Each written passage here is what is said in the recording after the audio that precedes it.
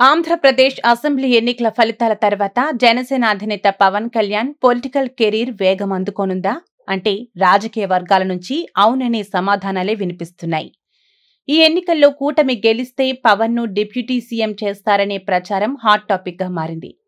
ఏపీలో కూటమితో జతకట్టిన బీజేపీ రాష్ట్రంలో రాజకీయంగా మరింత యాక్టివ్ కావాలని చూస్తోంది. అందుకు పవన్ సహకారంతో ముందుకు వెళ్లాలని అధిష్టానం ఆలోచిస్తున్నట్లు తెలిసింది. ఏపీలో ముందు నుంచే జనసేనతో బీజేపీ పొత్తులో ఉంది. ఈ ఎన్నికల తర్వాత ఏపీలో మరింత బలోపేతం దిశగా బీజేపీ కార్యాచరణ సిద్ధం చేస్తోందని తెలిసింది.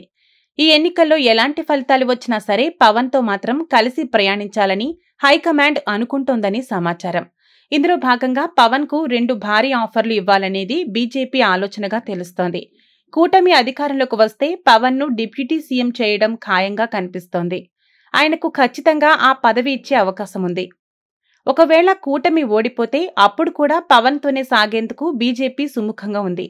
పవన్ పొలిటికల్ ఫ్యూచర్ బాధ్యతను బీజేపీ తీసుకునే అవకాశం ఉందనే చర్చ సాగుతోంది.